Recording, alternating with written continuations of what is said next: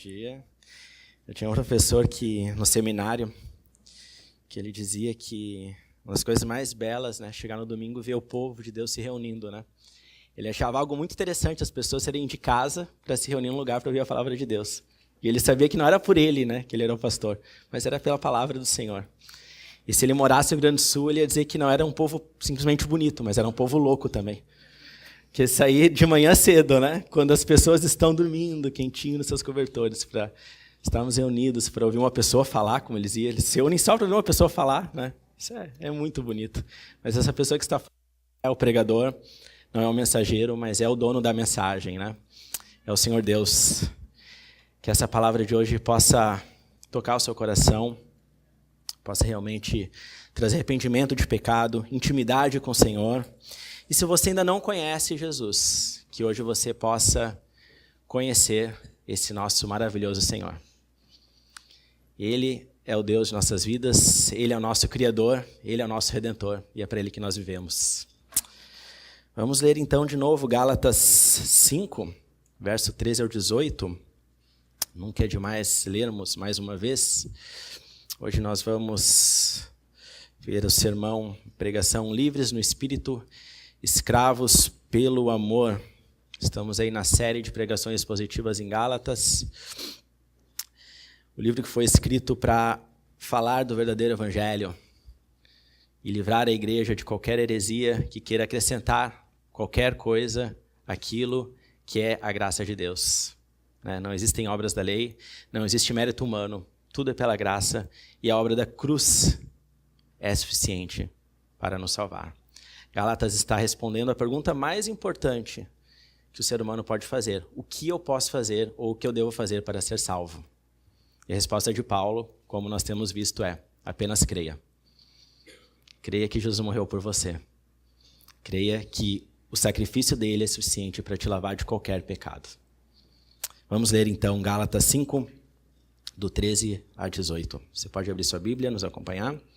Diz assim a palavra de Deus: porque vós, irmãos, fostes chamados à liberdade, porém não useis da liberdade para dar ocasião à carne.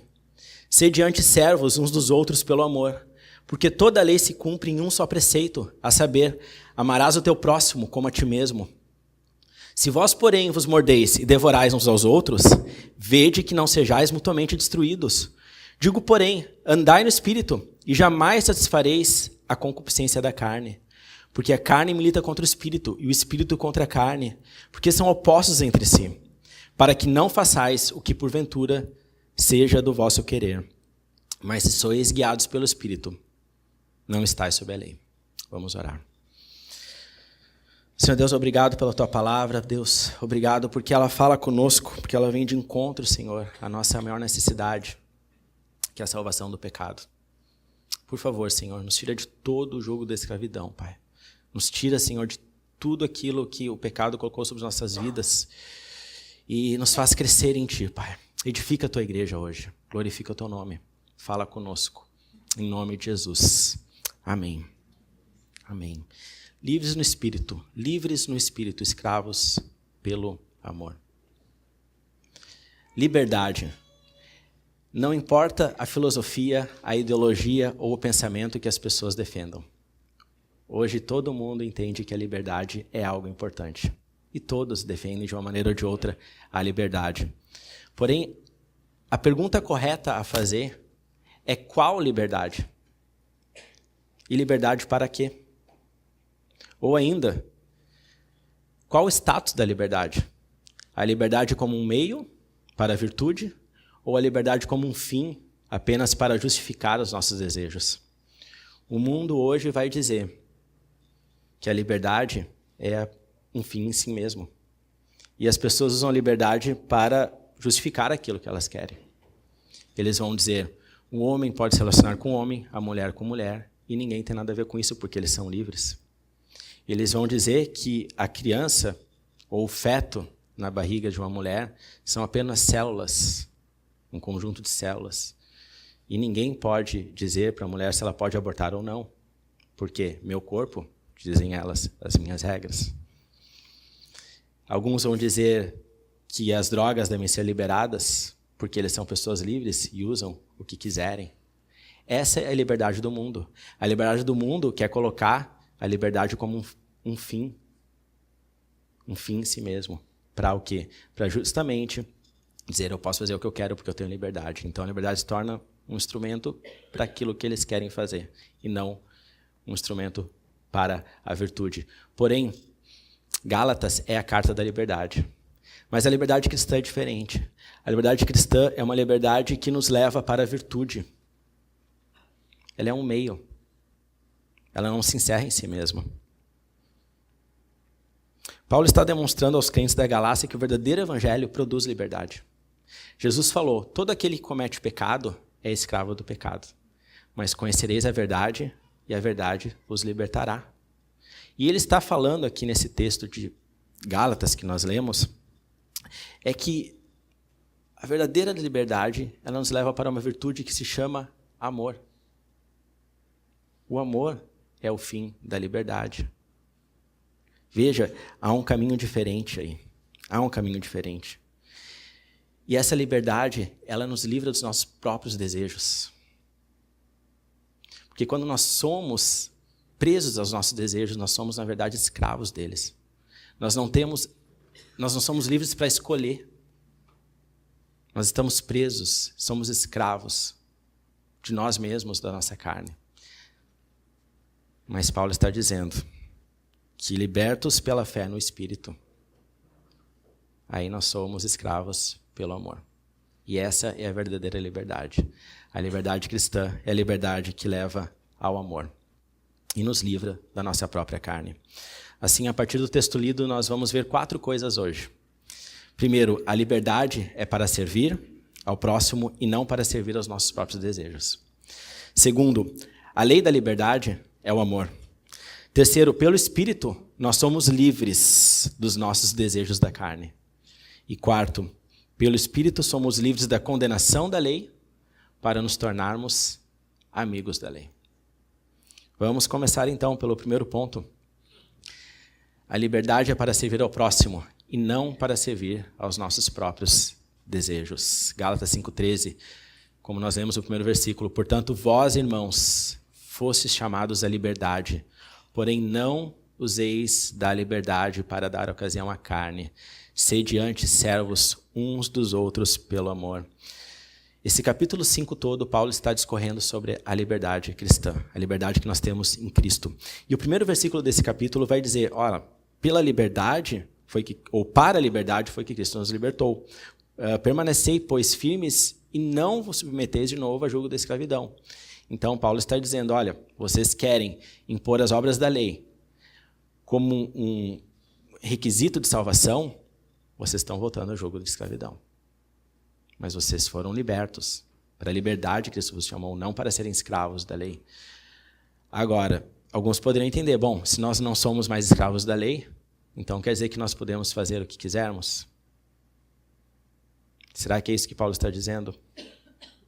E continuando aqui, discorrendo no versículo 13, que ele vai dizer, olha, fostes chamados à liberdade, porém não useis da liberdade para dar ocasião à carne. Ou como está lá no original, na verdade nem tem useis da liberdade, tem, na verdade, não a liberdade em ocasião à carne. Não essa liberdade. Não essa liberdade, mas a liberdade para sermos servos uns dos outros pelo amor. Então, alguns poderiam dizer, bom, então eu sou livre e posso fazer o que eu quiser. Paulo está dizendo, espera aí. Não é isso. Não é isso que eu estou dizendo. Se o legalismo dos judaizantes, que queriam impor obras da lei para a salvação, é um perigo, também a libertinagem dos libertinos é outro perigo. A vida cristã é uma ponte que está entre dois rios poluídos. De um lado você tem o legalismo, e do outro você tem a libertinagem. E você deve se equilibrar nessa ponte para não cair nem de um lado e nem de outro. Nós não fomos libertos para sermos escravos da lei de novo, e nós não fomos libertos para fazer o que a nossa carne deseja. Fomos libertos da lei e fomos libertos dos desejos pecaminosos da nossa carne. Não podemos fazer o que queremos ou o que a nossa carne quer. Mas devemos buscar pelo Espírito a vontade do Senhor. Na verdade, tanto na libertinagem como no legalismo existe o egocentrismo. Você sabe o que é egocentrismo? É colocar o eu no centro. Por quê? Por que essas duas coisas têm essa semelhança? Porque o libertino ele só pensa em si mesmo. Ele não está nem aí porque está acontecendo. Isso é fácil de perceber, né? Isso é fácil. Mas como que o religioso legalista também é egocêntrico? Porque ele está buscando mérito para si próprio. No fundo, ele está pensando em si. Ele não está pensando no outro. São dois rios poluídos pelo egocentrismo. E Paulo está dizendo, liberte-se desse ego e dê preferência ao próximo. Dê preferência ao próximo. Não useis da liberdade para dar ocasião à carne. Não volteis a jugo de escravidão. Mas sede servos uns dos outros pelo amor. E quando nós entendemos isso, fazem mais sentido as palavras de Lutero. Veja só o que ele diz no livreto dele sobre a liberdade cristã. Para conhecermos a fundo o que é uma pessoa cristã e sabermos em que consiste a liberdade que Cristo adquiriu e lhe concedeu, de que Paulo tanto escreve, quero apresentar essas duas frases. Um cristão é senhor livre sobre todas as coisas e não está sujeito a ninguém. E um cristão é servo prestativo em todas as coisas e está sujeito a todos. Essas duas frases encontram-se claramente em 1 Coríntios 9:9. Sou livre em todas as coisas, contudo fiz-me servo de todos. E adiante em Romanos 13:8. A ninguém fiqueis devendo coisa alguma, exceto o amor com que vos ameis uns aos outros. O amor é, pois, prestativo e se sujeita ao objeto que ama. Em Gálatas 4:4, o mesmo é dito acerca de Cristo. Deus enviou seu Filho, nascido de mulher e sujeitado à lei. Pense em Jesus, livre de todas as coisas, sentado à destra do Pai, Senhor sobre tudo. Ele se fez homem e se fez sujeito à lei por amor a nós. Esse é o amor de Cristo que nós devemos seguir. Somos livres, mas somos escravos. Esse Jesus, que não levou em consideração ser igual ao Pai, mas se fez homem e foi obediente em tudo, até a morte de cruz. Obediente, servo, serviu para nos amar. E esse é o grande paradoxo da liberdade cristã. Nós somos livres quando somos servos. A Bíblia está cheia desses paradoxos. Vocês sabem o que é um paradoxo. São duas verdades que parecem opostas, mas que, na verdade, caminham juntos. Né? Quando Jesus fala, aquele que perder a sua vida por minha causa, ganhá-la. Né? Você ganha quando perde. Isso não é de um mês. Né? Não é de um mês. Que perde, ganha, ganha, perde, tu não sai perdendo. Não é isso. É o ganho de Jesus.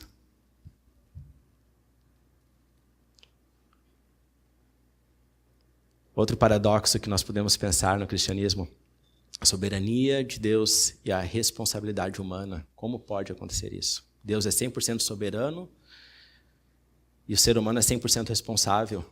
Parecem opostos, né? Não, mas não são. Duas coisas que andam juntas. Uma vez perguntaram a Spurgeon, como você concilia a soberania de Deus e a responsabilidade humana? Ele disse, olha, é impossível ou é desnecessário tentar conciliar dois grandes amigos. Parecem opostos, mas não são. E a liberdade cristã e o serviço é mais um paradoxo. Nós somos livres quando somos servos. Segundo ponto, a lei da liberdade é o amor. Gálatas 5, 14 e 15, que nós lemos, diz que porque toda a lei se cumpre em um só preceito, a saber, amarás o teu próximo como a ti mesmo. Se vós, porém, vos mordeis e devorais uns aos outros, vede que não sejais mutuamente destruídos. Ora, é claro que se Paulo está falando da liberdade, e ele fala que essa liberdade é o amor, e ele está combatendo o legalismo dos judaizantes, ele não poderia perder a oportunidade de ensinar essa lição. para esses que ele mesmo está combatendo, ou esses que estão combatendo ele? Vocês estão tão preocupados em cumprir a lei? Vocês querem as obras da lei? Bom, se vocês estão preocupados com a lei é essa. É o amor. Tudo se cumpre em um só preceito. Amarás o teu próximo como a ti mesmo. Agora, pelo egocentrismo, pelo orgulho dos judaizantes, eles estavam trazendo destruição para a igreja. Eles estavam fazendo com que as pessoas se mordessem e devorassem no sentido de quê? No sentido de que eles estavam ali em brigas, em contendas. Eles não estavam estimulando o amor, eles estavam estimulando o ódio. E tudo isso em nome da lei. Eles estavam se contradizendo, e é isso que Paulo está apontando aqui. E é isso que ocorre quando a gente abandona o verdadeiro evangelho. Quando nós abandonamos o evangelho da graça, quando nós abandonamos o evangelho do amor de Cristo, nós acabamos em mútua destruição. Por isso, a busca pelo mérito religioso é tão carnal quanto a busca pela satisfação da carnalidade, da concupiscência. Nós vemos lá nas obras da carne, nos versículos seguintes, que lá no versículo 20 já, né?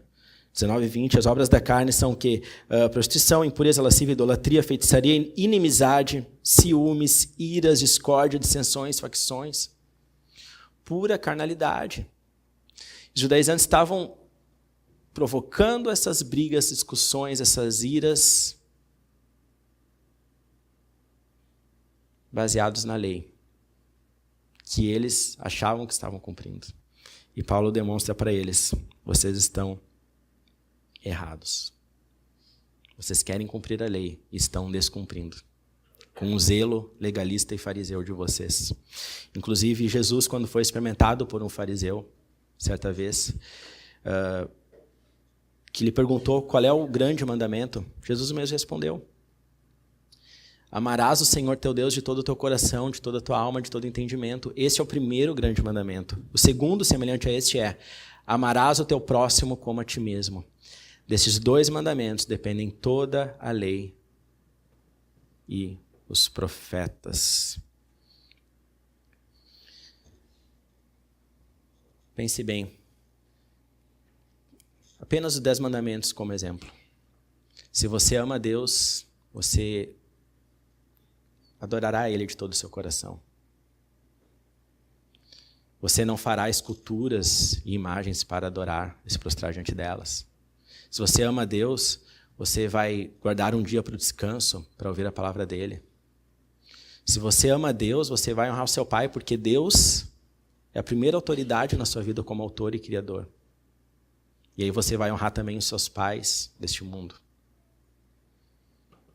Se você ama, você não vai roubar, você não vai matar, você não vai adulterar, você não vai cobiçar, você não vai dar falso testemunho. Tudo se resume no amor. Toda a lei e todos os profetas, a Bíblia toda, aponta para esse grande mandamento. Agora, no seu zelo legalista, os judaizantes estavam descumprindo tudo que eles diziam defender, trazendo desentendimento entre os gálatas, com suas heresias, com seus erros teológicos, com o seu jugo que eles queriam colocar sobre as pessoas. Mas a lei se resume no amor. E o amor não destrói, o amor edifica.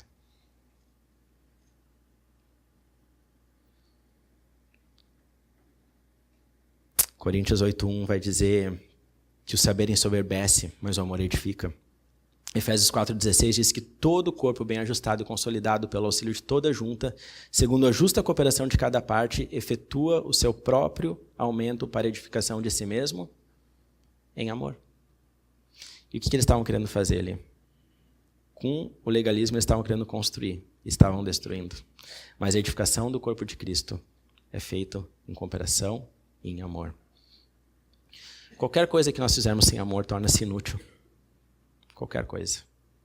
Paulo também vai falar isso lá em 1 Coríntios 13, que ainda que eu distribua os meus bens aos pobres, e ainda que dê o meu próprio corpo para ser queimado, Se eu não tiver amor, nada disso me aproveitará. Tudo se torna inútil. Por isso, a lei da liberdade é o amor. Terceiro, pelo Espírito nós somos livres dos desejos da carne. Os versículos 16 e 17 diz: digo, porém, andai pelo Espírito e jamais satisfareis a concupiscência da carne, porque a carne milita contra o Espírito e o Espírito contra a carne, porque são opostos entre si, para que não façais o que porventura seja do vosso querer. Bom, se as obras da carne, pelo legalismo, estavam destruindo, estavam trazendo destruição, qual o remédio contra isso? Qual o remédio para você viver em amor?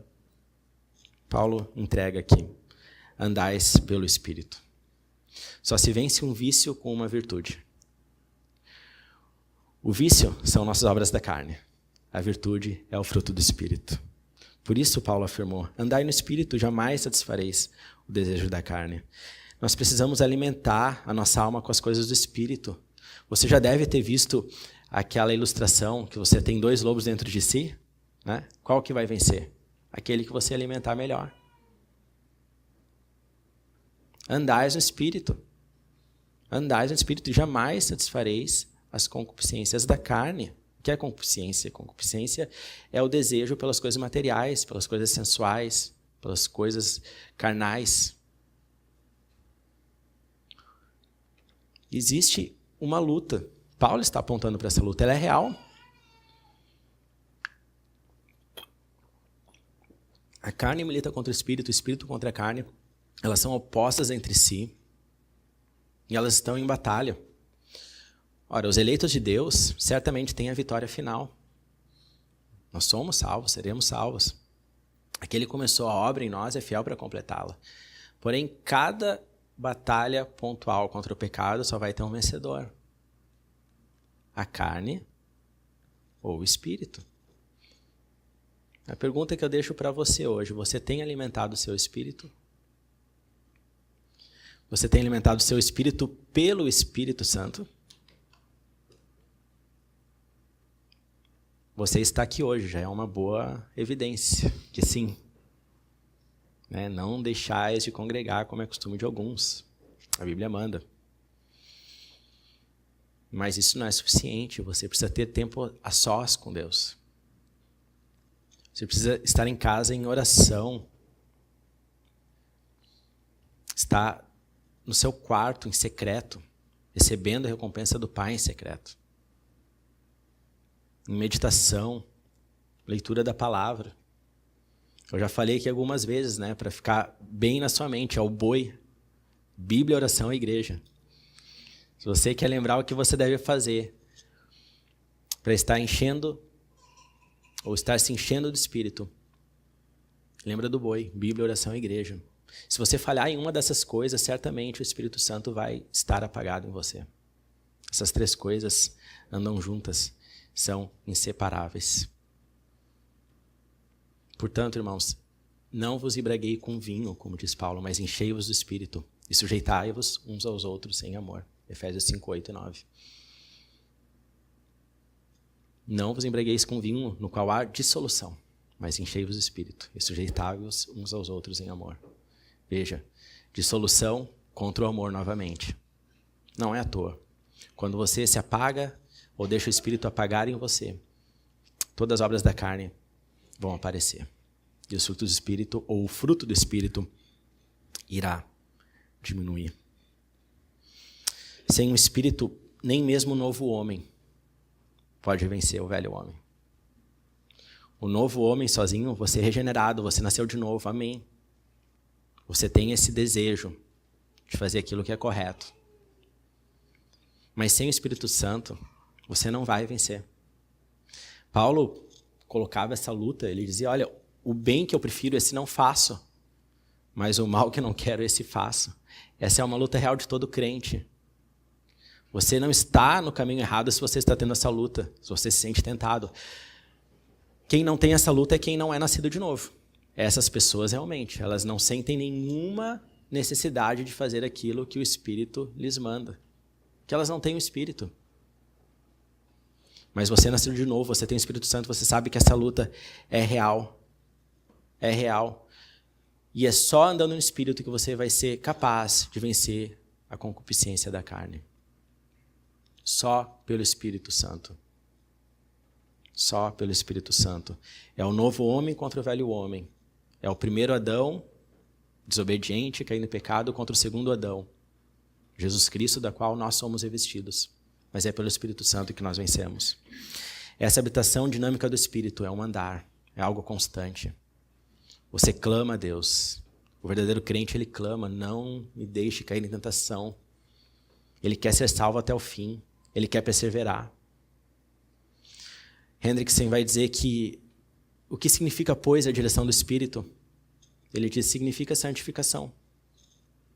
É aquela influência constante, eficaz, benéfica que o Espírito Santo exerce dentro do coração dos filhos de Deus, pela qual são guiados e capacitados mais e mais para vencer o poder do pecado que ainda habita neles e para andar nas veredas dos mandamentos de Deus, livre e alegremente. Veja bem, livre. Você consegue dizer não para o pecado. E alegremente, porque é uma alegria. Os mandamentos do Senhor não são pesados. Eles produzem alegria. Na semana que vem nós vamos entrar no fruto do Espírito e nas obras da carne. Agora, você já parou para pensar que as obras da carne são obras e o fruto do Espírito é fruto? Já parou para pensar no significado disso? São obras por quê? Porque somos nós que fazemos. E é fruto por quê? Porque é algo produzido, que é interior. Não é nosso. O fruto é do Espírito. É um resultado.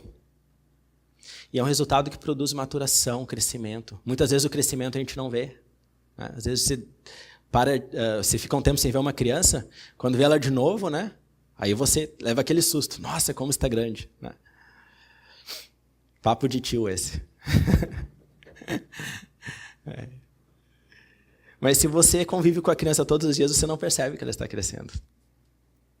Mas ela está ali, amadurecendo, crescendo. Ou você pega uma plantinha, né, que você tem lá plantada, você fica olhando para ela crescer assim. Não, né, ninguém faz isso. Mas um dia você vai lá na sua horta, ou no seu pomar, e você vê, olha, está grande, está dando fruto. John Stott vai dizer que nós somos um jardim de Deus. E um jardim bem regado, bem cuidado, vai produzir o fruto. Leia essa obra dele, Batismo e Plenitude do Espírito Santo. É um livro muito bom que vai falar sobre isso. Sobre estarmos cheios do Espírito Santo, plenos da sua presença. E assim nós damos os frutos, irmãos. Como algo que é produzido do Espírito Santo dentro de nós. Nós vamos crescendo, devagarinho. Às vezes demoramos para perceber o crescimento. Às vezes as pessoas demoram para perceber, mas elas vão perceber. Se você é um filho de Deus, se você é nascido de novo, a santidade vai aparecer. E o fruto do Espírito não são frutos, né? É um fruto. É amor, alegria, paz, benignidade, bondade, fidelidade, mansidão, domínio próprio. Não são gomos também, não são partezinhas de um fruto, não. É um fruto todo. Se está faltando alegria na sua vida, é porque o fruto não está bom. Você não está se alimentando do Espírito Santo. Se está faltando paz, se está faltando amor, domínio próprio, como é difícil, né? Algumas pessoas aí que eu falei agora fizeram, verdade. Não, é verdade. Domínio próprio, você está impaciente. Está faltando bondade na sua vida, misericórdia pelas outras pessoas. Você não está se alimentando do Espírito Santo. Você não pode dizer, não, tá tudo bem. Eu estou cheio do Espírito Santo. Só esse ponto aqui que não está legal. Porque você não está cheio do Espírito Santo. É um fruto só. Ou ele é um fruto bonito, né? Ou ele é um fruto vistoso, que as pessoas percebem que está ali maduro. Ou ele está mal nutrido. Por isso, devemos andar no Espírito. porque é pelo Espírito que nós recebemos essa seiva do Senhor. Jesus nos deu o exemplo da videira. Ele disse que nós somos o ramo e ele é a videira. E quem permanece nele, dá muito fruto. Vós já estáis limpos pela palavra que vos tenho falado. Permanecei em mim e eu permanecerei em vós. Como não pode o ramo produzir fruto de si mesmo, se não permanecer na videira, assim nem vós o podeis dar, se não permanecerdes em mim. Eu sou a videira, vós os ramos. Quem permanece em mim e eu nele, esse dá muito fruto, porque sem mim nada podeis fazer. Então, é pelo Espírito Santo que nós somos livres dos desejos da carne. Porque o fruto do Espírito é tudo aquilo contra o qual não há lei. Tudo aquilo que é mandado pelo Senhor. Vamos nos alimentar de Cristo. Encher-nos do Espírito Santo. E aí nós daremos muitos frutos, como diz o Senhor Jesus. Quarto, pelo Espírito Santo, nós somos livres da condenação da lei para nos tornarmos amigos da lei. Se sois guiados pelo Espírito, diz Paulo em Gálatas 5,18, não estáis sob a lei. Nós já vimos que a lei cumpriu o seu papel apontando para Cristo. Né? A lei ela foi aio, né? Foi um pedagogo que nos ensinava os preceitos, que nos livrava das más influências, que nos guardava. Ela foi também tutor e curador que administrou até o tempo pré-determinado pelo Pai, na plenitude dos tempos. Mas e agora? Qual a relação do crente com a lei? Vez que somos guiados pelo Espírito e não estamos mais sob a lei. O que quer dizer estar sob a lei? Que Paulo está dizendo aqui. Paulo está falando que nós não estamos mais sob a condenação da lei. É isso que ele está dizendo. Ao dizer que somos guiados pelo Espírito, nós temos o Espírito Santo, então não há mais condenação da lei sobre nós. Porém, isso não significa que nós não nos importamos mais com seus preceitos. Muito pelo contrário. Muito pelo contrário. Se antes, por transgredir a lei, nós estávamos debaixo da sua condenação, agora que nós estamos livres da condenação, estamos capacitados para obedecê-la. E nós desejamos obedecê-la e vamos obedecê-la. O que Paulo está dizendo aqui, não estáis sob a lei, é isso. Vocês não estão mais debaixo da condenação da lei, sobre esse jugo de escravidão. Essa escravidão, da qual fomos libertos, não estamos mais sob a lei nesse aspecto. Porém, a lei nos foi dada. A lei tem um caráter santo. Ela demonstra o caráter santo de Deus. Jesus falou que seus mandamentos não são pesados. E a lei nos traz muitos benefícios. A lei é boa para nós. Um exemplo bom que eu gosto de usar. Você sabe quando você pega um manual de instrução, né? De qualquer produto eletrônico, vai estar lá dizendo o que você pode fazer e o que você não pode, como usá-lo. Se você quer que dure aquele produto, faça isso, faça aquilo. O Senhor é o nosso Criador. Quando Ele dá uma lei, é para o nosso bem. Ele fala para o nosso bem, não faça isso, faça aquilo. É para a nossa alegria, para a nossa paz. A lei é santa, diz Romanos 7,12, e o mandamento santo, justo e bom. Vamos abrir lá em Salmo 19? Abra sua Bíblia aí, Salmo 19, a partir do versículo 7. Esse é um texto que a gente canta bastante aqui na igreja. Salmo 19, 7 a 11. Veja quantos benefícios a lei tem para nós. Salmo 19, 7 a 11. Vamos lá. A lei do Senhor é perfeita e restaura a alma. Olha só, restaura a alma.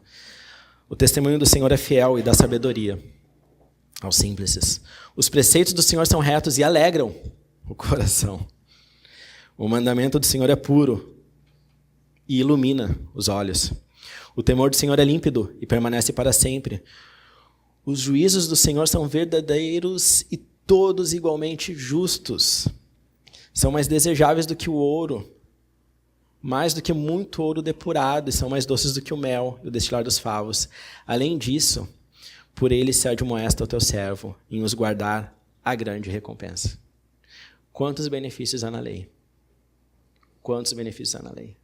No momento em que nós estamos livres, então, desse jugo da escravidão do pecado, pelo Espírito estamos livres da condenação, nós então nos tornamos amigos da lei. Por quê? Porque agora nós somos amigos do autor da lei. Somos amigos de Jesus. Jesus falou que nós somos amigos e não servos. O meu mandamento é este, que vos ameis uns aos outros, assim eu como vos amei. Ninguém tem maior amor do que este, de dar a alguém a própria vida em favor de seus amigos.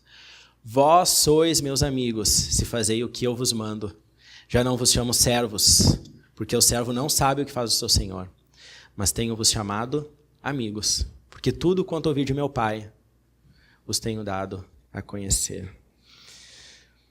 Se antes nós éramos inimigos de Deus, estávamos sob a maldição da lei. Agora, através de Jesus, somos amigos do Pai. E somos amigos da sua lei. Entendemos a lei, queremos viver a lei.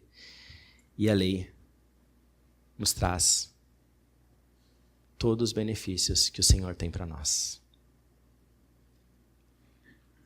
Deixamos de ser inimigos da lei, debaixo da sua condenação, para agora nos tornarmos amigos e recebermos todos os seus benefícios. E veja que interessante.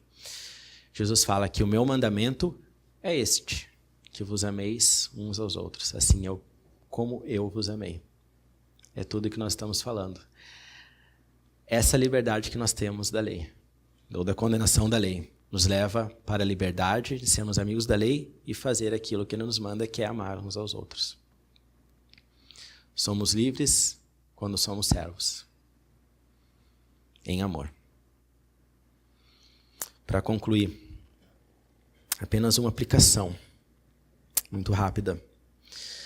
Semana que vem nós vamos concluir este capítulo 5 com o pastor Maicon, onde serão confrontadas as obras da carne e os frutos do Espírito, ou o fruto do Espírito. Paulo vai acabar esse capítulo dizendo que se vivemos no Espírito, andemos também no Espírito. E a aplicação para hoje é simples. Andando no Espírito, nós vivemos e praticamos a lei que é o amor. Ele nos capacita para viver em plenitude de alegria, amor e comunhão, em serviço aos irmãos e ao Senhor. Jesus nos libertou para servirmos uns aos outros em santidade e em amor. Por isso, não useis da liberdade para dar ocasião à carne. Antes, sede servos uns dos outros pelo amor. Somos livres no Espírito e escravos uns dos outros pelo amor. Vamos orar. Senhor Deus, muito obrigado pela Tua palavra mais uma vez, Senhor. Obrigado, Senhor, porque pela Tua palavra nos chega a salvação. Obrigado, Senhor, porque pela Tua palavra, Senhor, nós cremos, recebemos fé, recebemos arrependimento, Senhor, e nos livramos da condenação da lei, que nos era um jugo de escravidão, e agora nós estamos livres, Pai, livres para amar uns aos outros, livres, Senhor, para servir, Pai. E nisso, Senhor, há alegria, Deus. Nisso há paz, nisso há a verdadeira liberdade. Lembra-nos, Senhor, de estarmos amando os nossos irmãos, Senhor, de maneira prática durante a semana, a cuidar das necessidades uns dos outros. Muito obrigado pela liberdade que temos em Ti. Em nome de Jesus. Amém.